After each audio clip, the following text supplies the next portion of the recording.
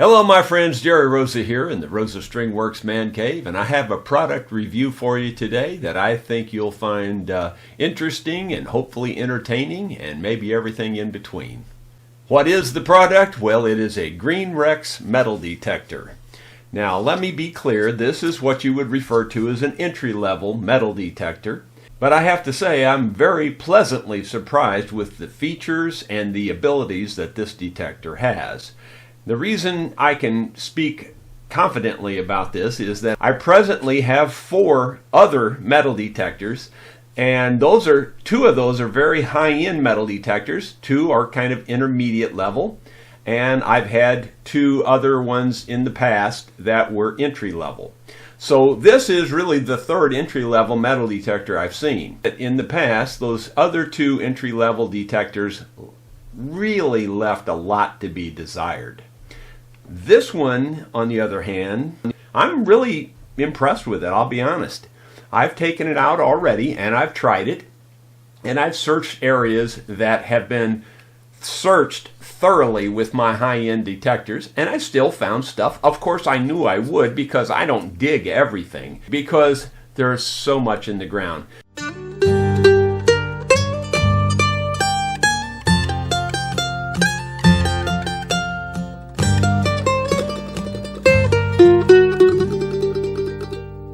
If you've never detected before, that's the one thing that will surprise you first, is how much stuff is in the ground. If people have been in an area for 50 years or longer, you will just be amazed how much stuff is in the ground. It's unbelievable. And I can tell you for sure that is the case here on the farm. There are places on this farm, and I'm not exaggerating, where you cannot move a detector more than 3 or 4 inches without hitting something. And I'm talking large areas, not like a little size of this room. I'm talking, you know, the size of a house area or something like that. So my point is, there's a lot to find with these things, and of course I knew I would find stuff with this one back there, even though I've searched thoroughly. Now, I didn't expect to find anything real high-end, and I didn't. But I will show you in a minute what we did find. So first of all, let's talk about using a detector, and the thing is that detectors are mainly used outdoors. There's way too much interference indoors, too many electrical devices and things to interfere with detectors. Now, having said that, let's say if you needed to find a piece of metal that's in your wall and you know there's something there, you could certainly do that with a metal detector, and this one would work just as well as any. But that's not what they're for. They're really for outdoor use. This detector has 4 operation modes. I'm going to tell you what they are called. Quite honestly, the book doesn't go into great detail about any of the modes, so it's a little iffy on some of this. But the first one, all metal mode, would be one where it will pick up pretty much anything you go over if it's metal. And that means there's very little discrimination. You're going to get nails and pretty much everything. There's a disc mode, which I would take it to mean that it's mostly for round objects. There's a memory mode, and quite honestly, that's even more vague in my opinion. And then there's a jewelry mode. Now the jewelry mode is more discrimination, and it's mostly for finding precious things, coins and jewelry and things like that. That's the way I take it from the book.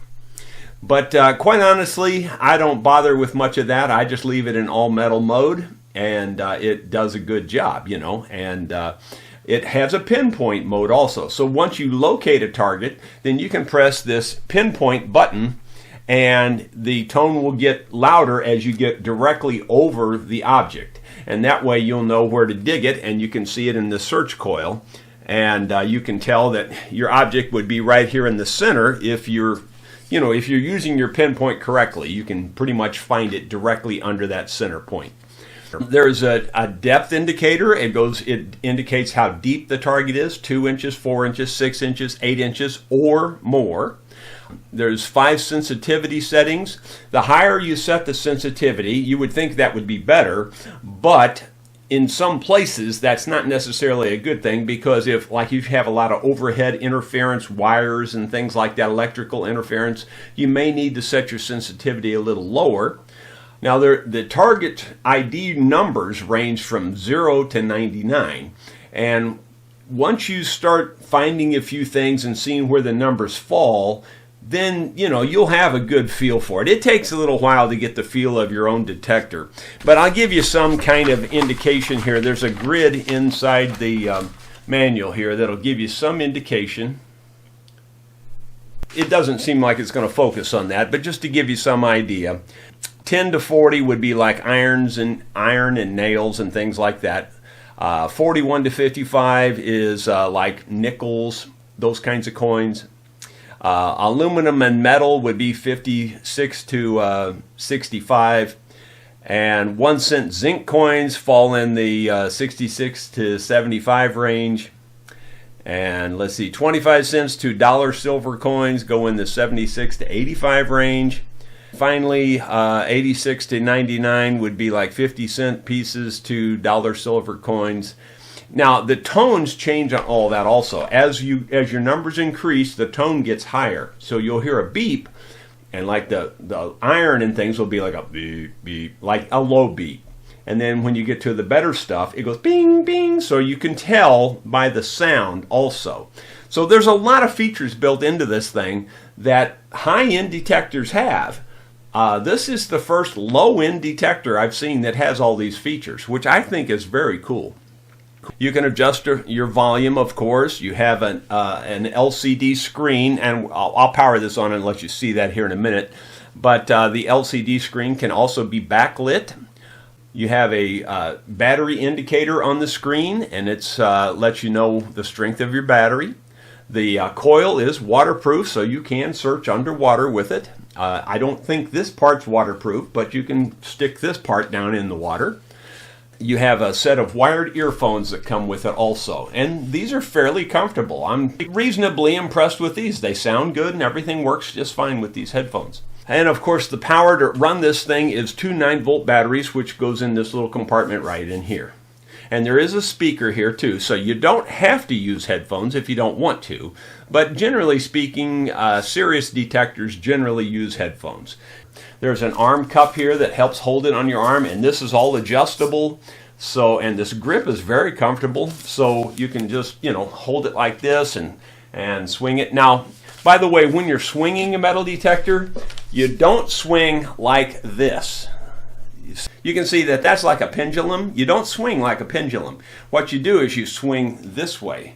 You keep the coil perfectly level to the ground, and you move your whole arm and you sweep that way. That's how you use a metal detector, just in case you're wondering. It came with a shovel.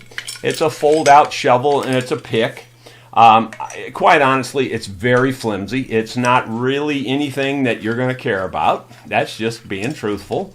It's just okay. In fact, you could probably give this to your grandchild or your son or daughter, and they'd be quite happy having this and playing out in their sandbox. It truly is very lightweight.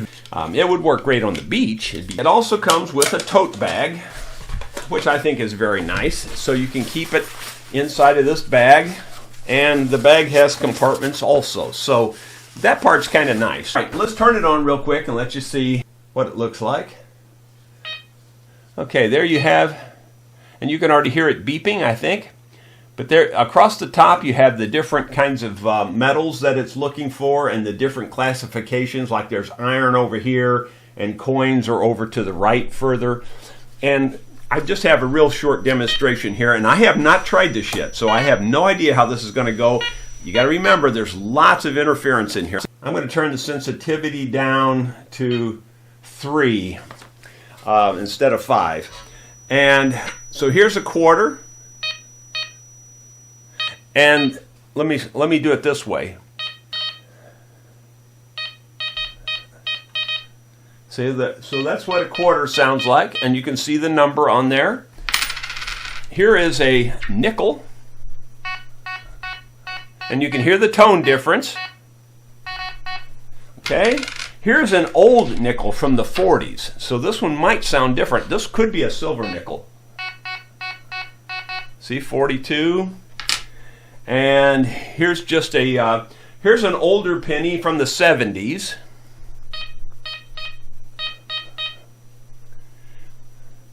I know it's hard to see on the screen because everything keeps getting washed out. I'm sorry with the light. Maybe I'll turn this light down and maybe it won't wash out so bad. Maybe that's worse. That's a different kind of penny. That's a more modern penny. And here's a dime. And finally, even with this metal detector, I bet you can find a gold coin. That's what this is. My wife inherited this from her mother.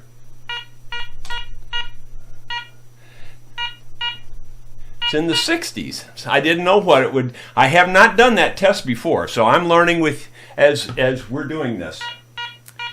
So if you find something in the 60s, you better be digging it. You never know. It could be a gold coin. Well, anyway, guys, that's all the features. I really am impressed with this detector for the money. You'd be hard-pressed to find a better detector. So let's go to the entertainment portion of the video, and I'll show you a little hunt I made with this detector.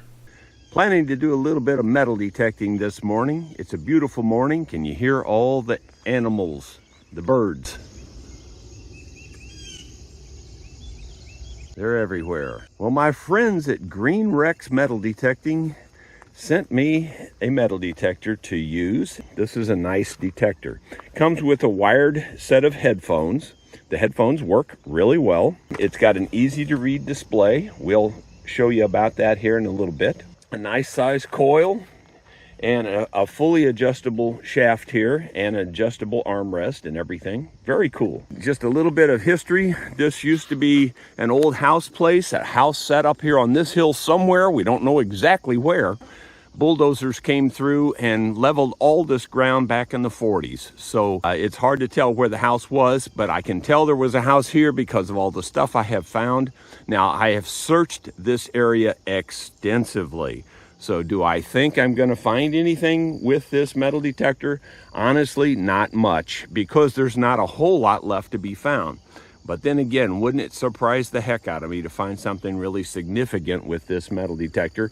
And quite honestly, it's very capable to do that. And we're going to give it a good fair shot. I'll turn the camera on when I find my first decent target. Well, my friends, I didn't get very far. I have found something here that I haven't noticed before, and I've been all over this area, trust me. So let me show you here. I've taken the headphones off so you can hear the beep.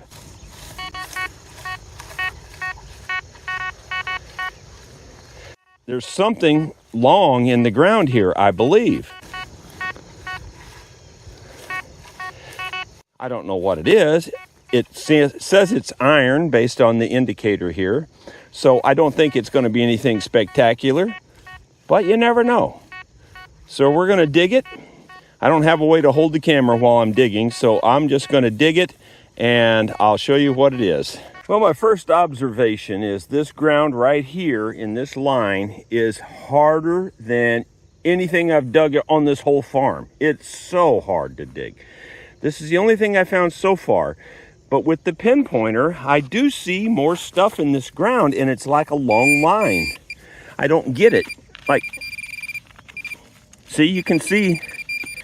So I don't know. There's another one. Looky there. So it is a bunch of staples. It looks like there's been a bunch of staples poured out here in a row, which is really weird. They probably showed up as a strong iron on my detectors, why I didn't dig them. But I was just curious. So I'm going to go ahead and dig some more here. If I find anything other than that, I'll let you see it. I have found several staples in the ground here, and I found one long nail. It was a round nail, but I bet it was 100 years old. So I'm going to keep digging here a little bit more just to see if I uncover anything else. But right now it's all staples and nails. At that first spot, I found a whole bunch more staples. I probably found 8 or 9 and one nail. So I moved on from there, and I've hit a spot here that at least it's a little interesting. You can see that it's an iron signal mostly, but occasionally I get a zinc or a money signal like right here. Now, wouldn't that be something if I'd find a little coin or something that I haven't found with the other detectors? So let's see what this is. Oh, looky here. There you go. That's probably what it is. A flat piece of metal like that will often give off a false signal. I'm surprised I didn't run into that with my metal detector, or it might have identified it as iron and I just let it go. I just thought I'd show you that it's easy to control your sensitivity on this too. So if you wanted to make it more sensitive, to go deeper, you press this sensitivity button and then you can go down. That's less sensitive, or up is more sensitive. Sometimes when you get them too sensitive, it's a little tricky. So you got to find the happy medium for the ground you're hunting in. So I'm going to go about there and we'll try that for a while. Well, my friends, I came over by these big oak trees and here's where the spring is. Can you see the water running out of the ground there? And the water just flows down through here. Well, this is always an area to search. So right here on the bank, I'm getting a fairly large signal in this area. It's an iron signal, but occasionally I get something other than iron. You can see there that occasionally it jumps up into the higher range on the right there. There it goes every once in a while. So it's worth digging. You never know. It might be a combination of several things. I'm not holding my breath thinking it's going to be anything great, but there's something here. So let's dig it up and see what it is. Well, it didn't take long to find that. It is some sort of a piece of metal with a little, looks like a rivet coming out of it. Might have been some kind of tack. Might have been something else, because that's a fairly heavy metal. It looks like it curls up at the end. I've seen stuff like that. I can't place what this is specifically. It looks like that might be a screw, actually. That's kind of weird. I don't know, but anyway, it was right there. And the fact that it's flat will cause the false signaling. That just is a fact with almost any metal detector, so I can't fault the metal detector for that. I just thought I'd show you that the signals are pretty, common here. There's a lot of signals. Can you hear that? They're pretty much everywhere. And these are all iron signals. Now, every once in a while, you'll hit a high signal there, like it's beeping there on the high end, but you want to check that and go back over it in a different direction or something. If you can get a consistent beep in the high end, it's worth digging. See, I don't call that consistent. More than likely, it's just a piece of iron. In fact, I'd almost bet $1,000 on it, but you can't know for sure. You don't know till you dig it up. You never do know for sure. You can be much more sure if it's a consistent, solid signal. And even then, it'll fool you. And that's with any metal detector. That's just the way it is. But here are all the different signals. They're just everywhere. And like I said, I've dug all the good signals here with my good high-end metal detectors. So the odds of this thing finding anything real good are slim to nearly zero. But you never know. If I didn't swing over it, you think you covered every square inch of this, but you haven't. And I could have missed something and we could find it with this. You just never know. I like the hobby. It's a lot of fun. But for me, it's mostly about the history on this, especially on this farm. I have really found some cool historical items. I found Civil War things. I found a Civil War button just behind those trees there. I actually like this detector. I haven't hunted very long with it. My total hunting now is maybe 40 minutes maybe. The battery indicator still shows strong, so that's good. It takes two 9-volt batteries. That could get expensive if it uses batteries fast, but it seems like it's holding up pretty good so far. Well, once again, skunked. That's a bolt. Has a big round head on it. That could have fooled it into thinking it was something better. That's the way metal detecting goes. Well, my friends, I hope you've enjoyed this review on this detector. I'm very impressed with it. I'm very glad to have it. So I'll just keep it here on the farm and let first-time detectorists use it because it's very easy to use. Thank you so much for watching. We'll see you on the next video.